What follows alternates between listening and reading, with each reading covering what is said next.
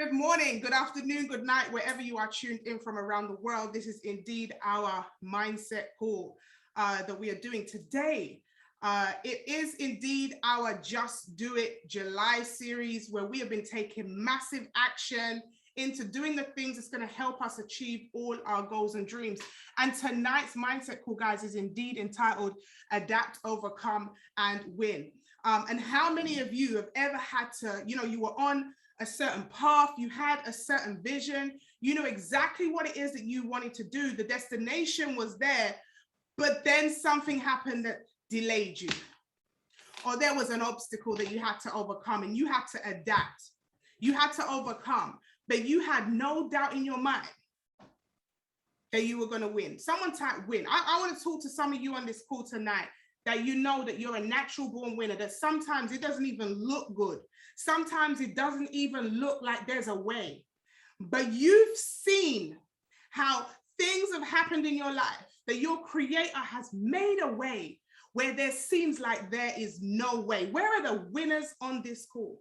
Guys, I want to just tell you this right now. For those of you that are feeling a type of way right now, that are looking at your situation and you're saying to yourself, will I ever get to the promised land? Will I ever win? Will things ever change for me? I've been here for such a long time.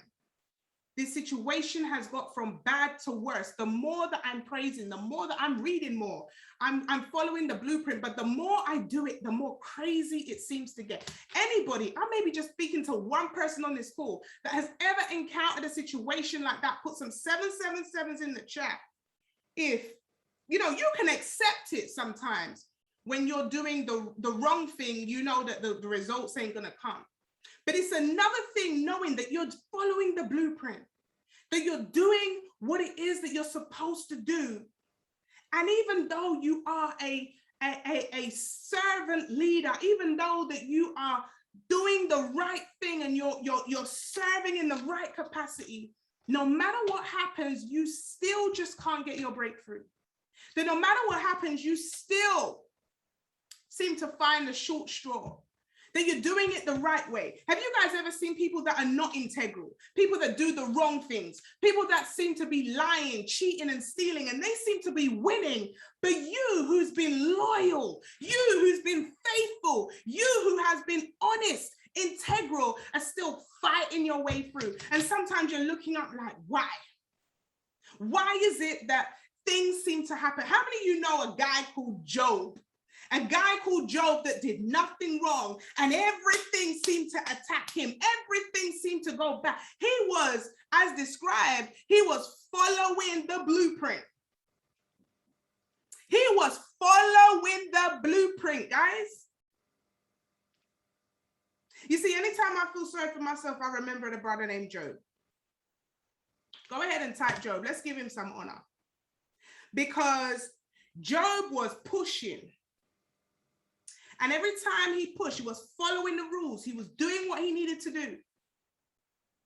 Every single part of his life seemed to collapse. Every single part of what was going on for him just seemed to collapse, but he kept doing the right thing. And then he had a whisper in his ear, not from a stranger, not from his friend, but from his wife. His wife said to him, it's time to cuss God, because everything bad is happening in your life. Cuss out God because you're being faithful for no reason. And he said, no, wifey, I ain't gonna cuss out God. Nope, I'm not gonna do it.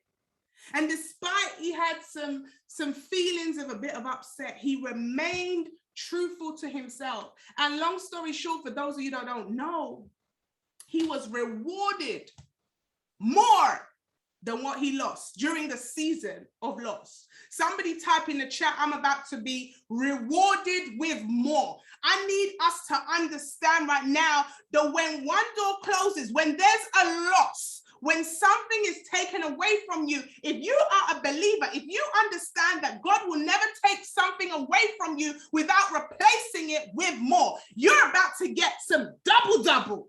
Ha! Double is about to come forward. But will you listen to the wife? and lose out on your promise? Are you going to stand true to who you are? Are you going to stand true to the integrity that you have? Or are you going to allow the whispers to distract you? The naysayers, the one that's saying, disrespect God. Disrespect him and you're about to get more. How many of you remember the little serpent snake in the garden? The little serpent snake was like, listen, you're living life now, but you can have more if you just follow me and come eat that fruit that you were told not to. Let me tell you, some of you are eating forbidden fruit, and that's why you're not getting your promise. That's why certain things ain't coming to you, because you're eating certain fruits that you shouldn't be eating. Get away from the snake. But how many of you know that the snake has a purpose? Almighty. I didn't even come on here to talk about that. I've been studying a whole different thing. The snake has a purpose. I remember when I was going to court about a situation, and I was so frustrated. And I was like, yo, this judge is evil. This judge is lying on me. This judge is making things up. This judge is about to send me to jail. And I ring my mentor and I'm like, bruh, this judge, and I'm cussing out the judge to my mentor. And my mentor said one thing to me. My mentor said, who is the judge? God is the judge. The same God that created me is the same God that created the judge. The same God that created you is the same God that created the person or the situation or the enemy that is against you right now. Do you understand that God is in control? Have you ever heard that it said that he can make the donkey talk? So do you not realize that he can make your enemies work in your favor? He can allow the enemy to do work in your favor. Oh, you guys ain't getting it. I'm not seeing enough flames in the chat. Let me tell you a quick story, guys. You guys all hear, Nikki had these, £1 million property portfolio by the age of 21. Where did the root of that come from? It came from a root of an enemy. What do I mean by that, guys? I mean that I remember getting my first place, saved up for it. I remember doing everything that they told me to do. Save my money. I was at my mum's, paying my mum a little bit of money contribution. Everything else I saved because I wanted that deposit. I wanted to kit out my house. I had my brown corner leather sofas planned in my head. Them times there I had the iPod Nano. Who remembers them days, right? TV before it was 4K with the TV stand. We didn't really have the TVs on the walls back then, right? And I planned out, had my Argos catalog, had all the catalog numbers of every item, kettle, everything I was gonna buy, all matching. I worked 3 jobs to be able to come up with the income and the deposit to get this place. Sacrifice, didn't have lunch at KFC and all the places everyone at work was. I brought sandwiches and leftovers from home because I was counting every penny. I could envision everything in that house. Anybody can envision themselves? Do you envision yourself? Do you envision yourself somewhere? Do you look at yourself and say, this is where I'm going to be. This is where I'm going to be at. This is where I'm going to be driving. This is where I'm going to be living. I could see it. I could smell it. I could taste it. And so every time a work colleague said, let's go to Nando's or let's go to the pub for lunch, I said no, because I knew exactly what it was that I wanted. I couldn't take the distraction. And so here I was, finally, after saving for so long, working 3 jobs, leaving the bank, got to the bank 8 o'clock in the morning, left there at 5 o'clock. Then from 5, drove to the bar where I worked to start at 6 o'clock in the evening, worked there from 6 until 2 a.m. in the morning, got home 2:30, slept for a little bit, got up, bathed, went straight to work the following morning. On the weekend, I was working a weekend job on the market stall, selling fruit and vegetables.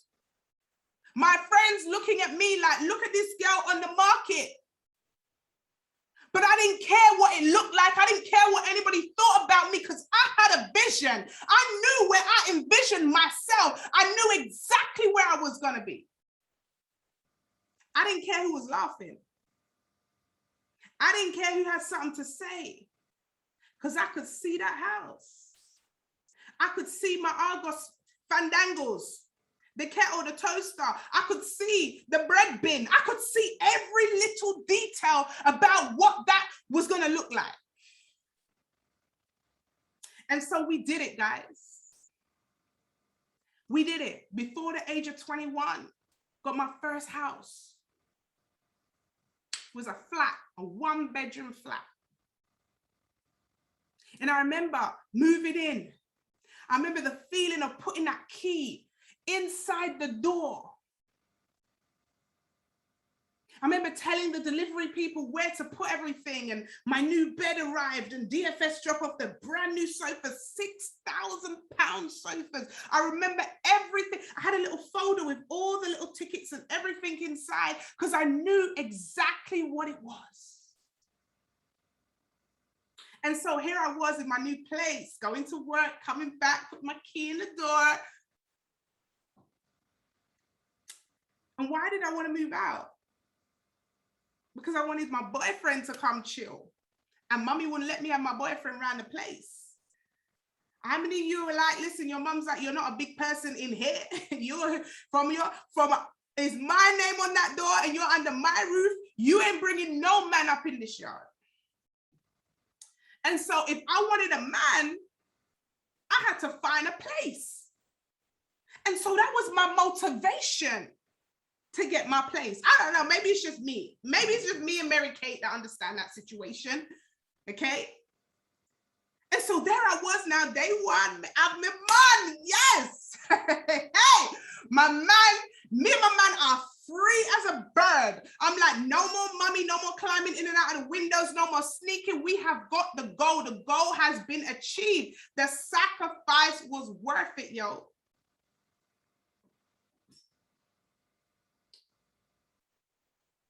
Three months later, guys. Someone said 90 days. A lot can change in 90 days. 3 months later, I came home from work one day and my boyfriend was in the house and he was chatting to some guy. And when the guy left, I said to my boyfriend, who is that guy? My spirit. How many of you have a sensitive spirit? I said, my spirit don't take that guy. Who is he and why is he in our yard? Who is this guy? Oh, I met him down the pub. He's cool. You met the man down the pub. We've only lived in this area, right? Remember, I couldn't really afford a high tea area, so I moved a little bit out, right? It was Croydon. I dare say Fulton Heath. I'm sorry to anybody that lives in Fulton Heath, but yeah, that was all I could afford back then. And my spirit didn't feel this guy. Something irked me, and me and him got into a big argument. Were you bringing random people into my yard that you just met at the pub? The following week, guys, I'm chilling inside my yard. I'm in the bedroom and my boyfriend's in the living room. You guys are going to laugh at this. He was watching X Factor and I was watching Match of the Day. I remember it like it was yesterday. And so because we always used to want to watch different things. I was a football fanatic and he didn't like football much. So we were in separate rooms. And then it was about 10:30 at night. You guys, who watches Match of the Day? You know when Match of the Day is on, in nighttime, evening times. And I hear boom. And I hear these bang, bang, bang, bang, bang up the stairs. I thought it was the feds because it sounded like a police raid. And then I'm hearing loads of noise, 2 men come into the bedroom on me. I later found out 3 men went into the living room on him, balaclavaed up, robbery. They stab him up in the living room and they trash my whole house. They take everything. I had a van outside. They took the lot. I'm talking about TV, everything. Even a poor little iPod Nano.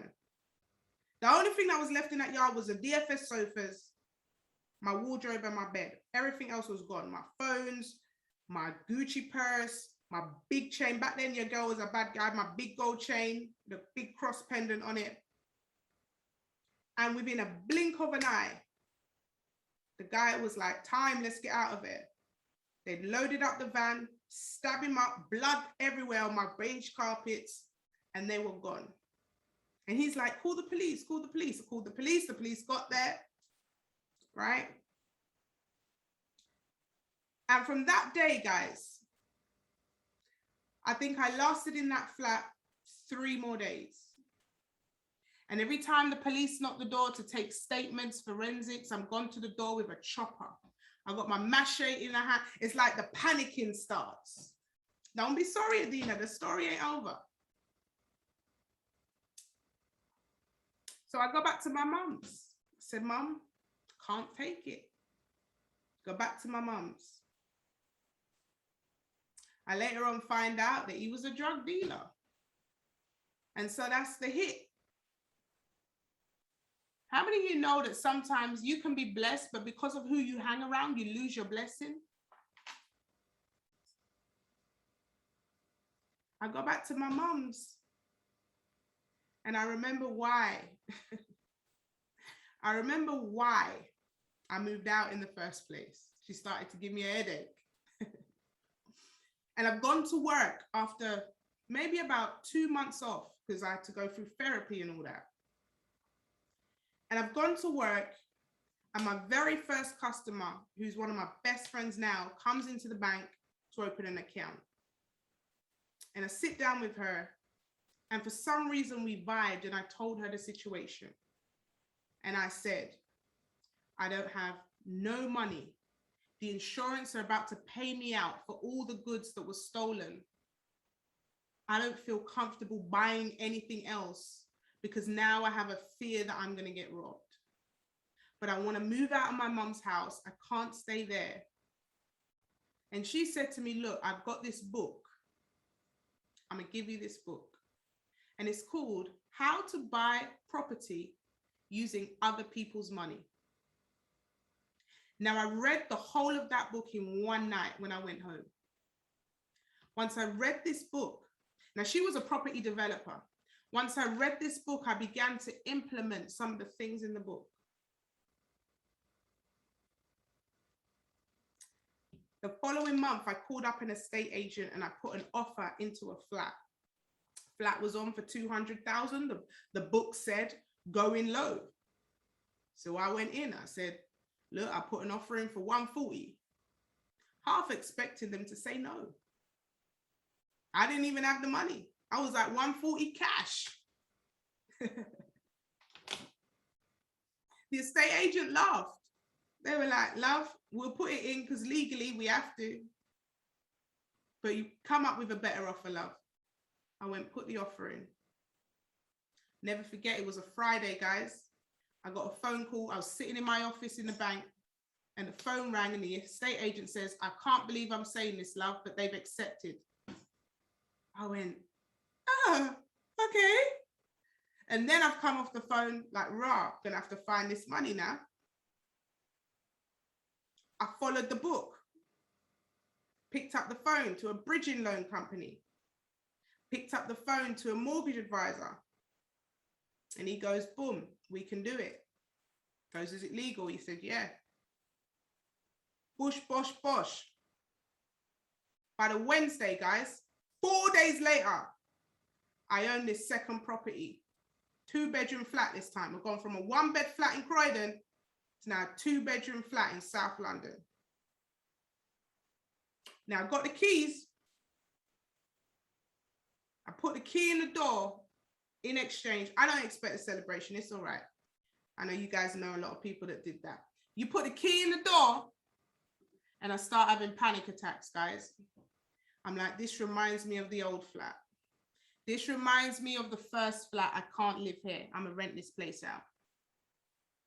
So I've now got 2 properties on rent.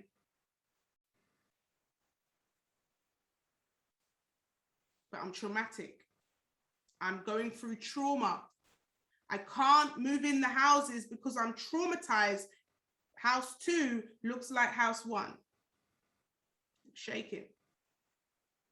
But now I've got residual income on 2 houses. Somebody just say glory.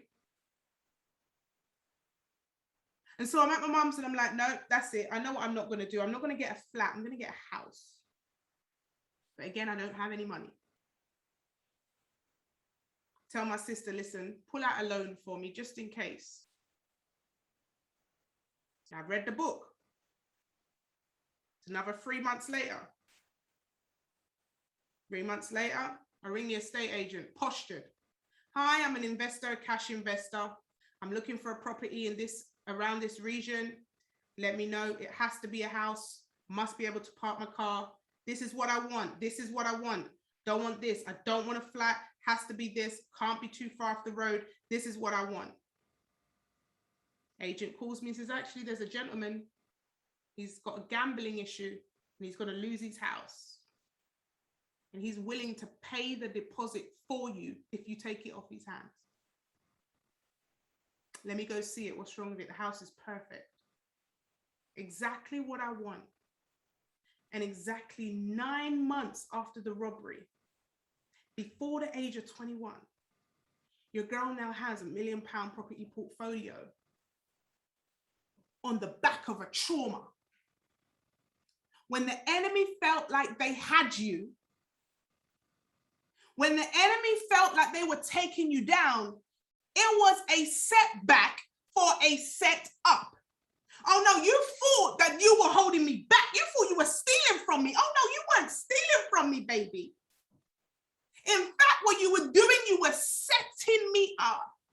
You helped me gain a friend. Shout out to the amazing Janet. This is the lady that gave me the book. And you know, I spoke to her 10 months later. I called her. I said, I want to invite you to my home. I want to say thank you. And I said to my girl, Janet, I said, it's because of the seed, the book that you sowed into my life. Now I'm also a property developer. I also have property as well. The girl that had hardly any money. The girl that was traumatized, going through therapy and counseling, that was on edge with a machete in her hand. But it's because of you. Why I now live in this house, comfortable. And I just want to say thank you. You know what she turned around and said? She said, Nikki, I've read that book 5 times and I've not implemented it. How many of you know that sometimes people come in your life for a reason? How many of you know that your network is directly correlated to your net worth? The juxtaposition of the one hand, the one that I lived with almost got me killed. And the stranger who didn't know me was the seed of my wealth. The person that I should have loved, trusted, been able to have my back almost got me killed. And the stranger saved my life. The stranger empowered me. Let me tell you this, stop talking about no new friends. Some of you need new friends. Some of you need new acquaintances. Some of you need to make new connections. Some of you need to get into new environments. Some of you need to be surrounded by some new people. Because the old ones are tearing you down. The old ones are trashing your name. The old ones are jealous of your accomplishments. The old ones don't even want to say congratulations. The old ones wouldn't even come round to see how the trauma's going because you're the strong one all the time. So I know that you're going to adapt, overcome, and win. And so I'm not going to check on you. Do you know the ones that checked on me were not even my closest? Do you know the ones that rode for me were not my ride or dies? That's why words are cheap. You can say anything. Show me who you are. Don't tell me who you are. Because the ones that are speaking what they're saying behind closed doors they're trashing you down. Behind closed doors, they're tearing you down. Behind closed doors, they want to kill you. They want to close you down till you can't breathe. Show me who you are. Don't tell me who you are. Behind closed doors, they're sending screenshots. Behind closed doors, they're filming you. Behind closed doors, they're telling somebody else as soon as you get off the phone, your business. But then the stranger's holding out the olive branch. The stranger, stop knocking new people. Because you can know somebody for 5 minutes and that person gives you a book that changes your life. And you can know someone all your life and that person can almost kill you. Be careful who you allow into your vulnerable space, ladies and gents. So the question is, what you're going through right now, will you allow it to kill you, or are you allowing it to birth you? You see, right now, I mentor people that are going through trauma. I mentor people to help them overcome trauma. Why? Why do I connect with so many people? It's not me. It's because God allowed the trauma to happen to rebirth me. Come on now. He allowed the trauma to happen so I can connect. So I'm sensitive to the needs of those that he wants me to serve. He allowed me to be damaged. He allowed me to go through therapy. He allowed me to be hurt upon, lied upon, cheated on. He allowed me to suffer. So now I can connect with those that are suffering. Now I feel the pain of those that are suffering. And so when I see, I can look in the eyes. And I have a discerning spirit. This is why you guys hear me say video call when you speak. It's technology is there for a reason. Go ahead and video call someone. Look them in the eyes. Don't text and say, how are you? I'm fine, and take it as gospel. They may not be fine, but because your communication is inappropriate, they're going to give you the standard answer because ain't no one pouring out their heart through text message. Let me just tell you that. They were texting me, Nikki, how you doing? Do you really care how I'm doing? One little text message, Nikki, how are you? You don't care. No, call me. Come and see me. Look me in the eye. Show me you care. Don't tell me you care. And so will you adapt, overcome, and win? You see, one of the things that sometimes goes against me is because I adapt, overcome, and win. And so people overlook and think that there's not the same blood running through my veins. Where the strong people at?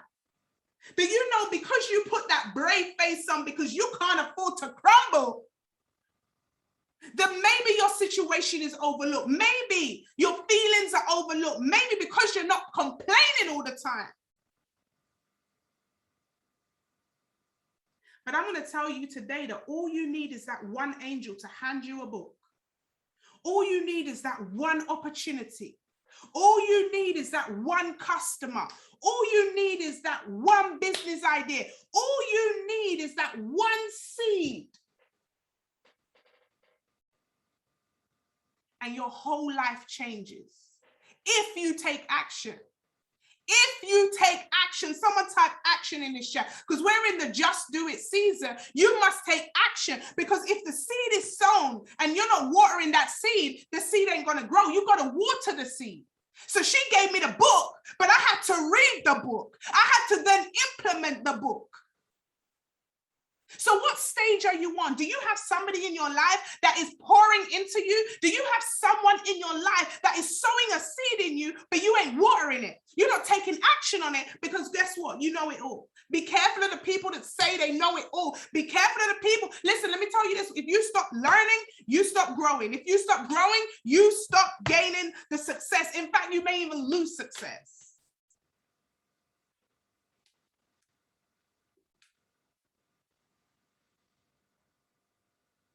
What an enemy meant for bad. How many of you have ever been underrated? How many of you have ever performed in your job and they still give somebody else the promotion? You're one of the highest salespeople in your job. You're one of the ones that stay late, wake up early, you do the job, and your boss still gives it to the man because you're a woman. Your boss still overlooks you and gives it to somebody else because of personal preference. You have to work 10 times harder because of the color of your skin, because of where you were born, because your parents weren't born in the church, or because you didn't have the accolades of somebody, your dad is not rich like the other person's dad. So you don't have the leverage, so you're overlooked. Let me tell you this, right? Stop looking for approval from the wrong people. Let me tell you who approves you. God approves you, because when they don't approve you, God is about to lift you up. Don't ever, ladies and gents, base your success off of the applause of man. Don't ever base your success off of the opinions of man. Because if you base your success from opinions, validation from man, that means that your failure will be based on man. But you base it on the word, on the principles, on the laws. And you remember this, ladies and gents, that the seed is already on the inside of you. The word says that I knew you before you were formed in your mother's womb. That means that the purpose over your life was already there before you were formed. So that means that when you were formed, the purpose was in mind when you were formed. That means you were formed for a purpose. The purpose comes first. So you are directly here for a purpose that was created before you were formed. Do you understand that no one can fulfill the purpose over your life except you? But it is a decision. The seed is sown. The seed's already in your belly. How many of you know that you are not watering your seed right now? Put 777s if that's about to change. Put 777s if on the back of this call, you are about to start watering that seed. That is enough. Time is up now. No more of you playing it small. No more of you allowing words of man to hold you back. No more are you going to stay inside a bubble that they put you in. You're going to start watering that seed. You're going to remember who you are. You're going to remember that you were that girl. You're going to remember that you were that brother, that you adapted, overcome, and won every single time in your life. And no hurdle, no principality, no demon from hell, no company, no person, no family member is about to stop you and block you from the blessings that God has over your life. I don't know if I'm just talking to myself right now, but I'm telling you, I'm about to unleash. Ain't no man going to put no curse over my life. Ain't no man gonna do nothing. Listen, the schemes of man, I destroy it and I break it today. I break it today because I remembered who I am. I remembered the God that I serve. I remember hustling my way to success. I remember riding my way through family issues. I remember fighting to get my kids in private school. I remember fighting to keep my son's mental health afloat when his papa left me. I remember these days. Do you remember what he's brought you through? Do you remember how you had to fight to keep your sanity? Do you remember how there were times you couldn't pay your bills, but there was a way that God just put the right people? You broke Peter to pay Paul. You moved money around. You shifted. You transferred money over here. You had a family member that sponsored you over there. Do you remember who you are? Do you remember the time when you were down and out, there were nothing in the cupboards, but you never went hungry? Do you remember those days? Do you remember working your third or second job because you were a grinder? I don't know about you guys, but some of us have been tired. Some of us have lost our edge. Some of us have lost the hunger in our belly. Some of us forgot we're hustlers out here. Some of us forgot that we had to position ourselves to make it. I want to remind you who you are. If you've ever been low self-esteem or you've ever been doubting yourself, this is the call to remember who you are. You guys hear me always say, I look in the mirror every morning and say, Nikki, know your name. Me know my name. Some of you need to look yourself in the mirror and remember your name. Remember your name. Don't ever let the enemy wipe your smile away. Sometimes it almost catch me when that heaviness is on me.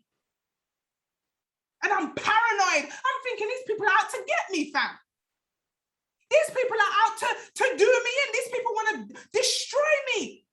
But then I realized that these people are not bigger than my God. These people don't have power like the God that I serve. These people ain't bigger than what I've been through. These people can't do nothing. Let me tell you this right now, guys. Somebody better remember this. You guys remember, if you don't, go back and watch the mindset on Esther. Remember, Esther didn't even qualify to be in the palace. And who was it that saved Mordecai? It wasn't Esther. It was the enemy that wanted to put him on a pole that ended up saving Mordecai, that he was then promoted. So here it is. Some of you will have imposters. Some of you are going to have imposters in your life. They want to come and give you fake promises, but really they're setting you up. You're going to have fake things coming towards you. You're going to have fake people coming towards you, fake opportunities coming to you. But let me tell you this, ladies and gents, when you are close to God and when you have a relationship with him, you will hear a word and you will know when it's time to take action. You will know when it's time to move. You will know when it's time to disperse yourself from connections with certain things. One of the things I promise God, that I will make sure that everything I do sits on a rock of integrity, sits on a rock of truth, spirit and truth. I don't want to be, you know how many people want to offer me this, that, and the Torah, these fake things, and want to offer me X amount. Let me tell you this, don't sell your soul for some gold. It will come back and bite you guys. You ever heard the word your faithfulness?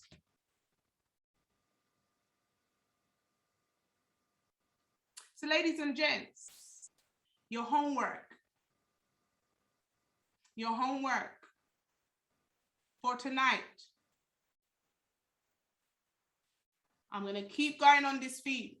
I want you to look at your skills and your talents. What are the 3 skills that you are sleeping on right now?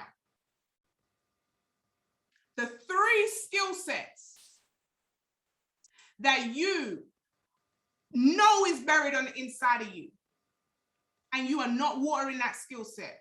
I want you to activate that skill set. Write it down. Pick one of those things that you're going to go all in this week. Activate those skill sets. Apologize to yourself for not giving yourself the full chance to go all in. Maybe it's relationships that you need to repair. Maybe it's business action that you need to take. Maybe it's more, technical stuff. Maybe it's diarization or getting your taxes in order or being more specific with your paperwork. Whatever it is that you need to do, I need you to write that down and make a decision. Decide that you're not going to bury those skill sets anymore. Decide that no more procrastination. And get the work done, guys. Get it done. If you're receiving something right now, just type done in the chat. I want you to get it done. I'm excited about what's about to happen in this season. It's very, very exciting times, but we need to wake up. I need to wake up. I don't know about you. I'm saying it right now. I need to wake up. It's time to wake up. I don't know if anybody else knows. It's time to wake up. It's too long now. It's too long now. We ain't fighting the same battles that we were fighting in an old season. It's too long now. It's wake up time. Someone type that in the chat. It's